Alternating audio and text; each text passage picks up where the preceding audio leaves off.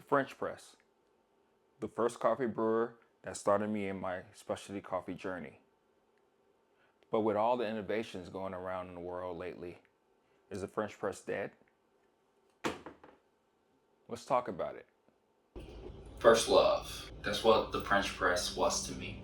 Many years ago, starting my coffee journey, I decided to get a French press, move away from the Mr. Coffee machine, and really try something different. So I started to get different beans, test different recipes out, and really try my best to try to get what I can out of coffee. Through that journey, the French press was always there with me. It's easy to use, no issues with it whatsoever, until I'll talk about that soon.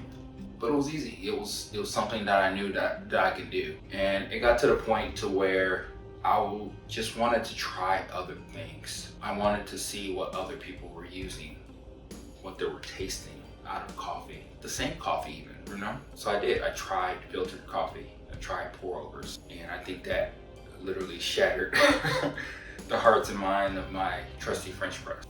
And it got to the point to where I would try coffee in a French press. I would be pissed about it because it was so heavy.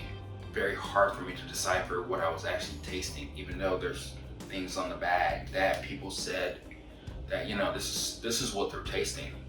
And I really wasn't getting that out of my trusty and true French press. So I tried other things and I came back to it. And I kept playing this game of should I move on or shouldn't I move on with something else? And the reason more so that I kept the French press was more so trying to see if I can get those particular bold, muddy flavors that the French press usually produces. No matter which type of recipe that you'll probably try. Because it didn't really matter, at least to me, it didn't really matter. It all tasted the same. It tasted like a French press type of coffee brew. So I just use it more so as a gauge to see what the coffee tastes like in a different type of way. I don't use it anymore. It's a prop up here on my board. It's kind of dead to me. And I don't want to try to be dramatic about the French press. I know there's different variations of the French press, the American press, different ways to go about it and all that good stuff. It's all the same, at least to me. You get this uneven cup. From the top is very not as concentrated compared to the bottom, because that's where the coffee lives, right? It is what it is, right? And I think at times, I don't want to make this trying to tell you this is what you get out of coffee and how it relates to life, but I think the biggest thing that I'm understanding about things in general as it comes to as we grow and adapt and get better at our craft and journey, whatever it may be. In this case for us, it is coffee. I think a lot of times we tend to lean away from the French press. It's one of the first things that really go away, especially when you get deep into that rabbit hole of specialty coffee. And at times, I'm using filtered a lot. AeroPress takes the cake if I had to pick one compared to the French press. Mocha Pot's a really good one. But there's a lot of things that I'm understanding now with coffee is that we all go through our own journey and we leave the French press behind. I don't know about you, but I know for sure for me, whenever I talk to people and we talk about coffee, the excitement of it, what we're tasting in the cup, nobody mentions a French press. Probably they mention it to an extent when they were talking about cupping, because it's kind of more so the same type of way to taste something, right? But I'm just talking about people who wake up each and every day, who are not actual, for the most part, coffee professionals. They know what they know. They like what they like. But one of the things that I've noticed is that French press is not one of the things that people gravitate to or talk about. And I think that's perfectly fine. I think, what do you gravitate to? Why do you gravitate to it?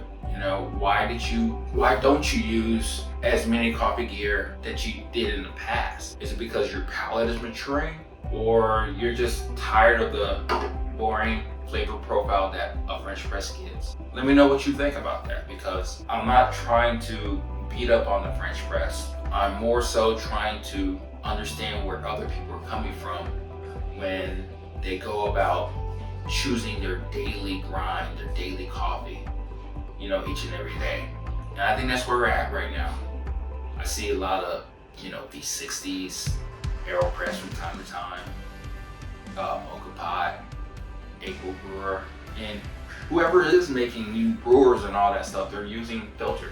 And I think that's a reason, I think that's a very significant reason why it takes over, because you can actually taste what you're tasting. You know, you're tasting something that's quite amazing that you didn't think that would come out of a bean, right? Or when you were younger, like good coffee, right?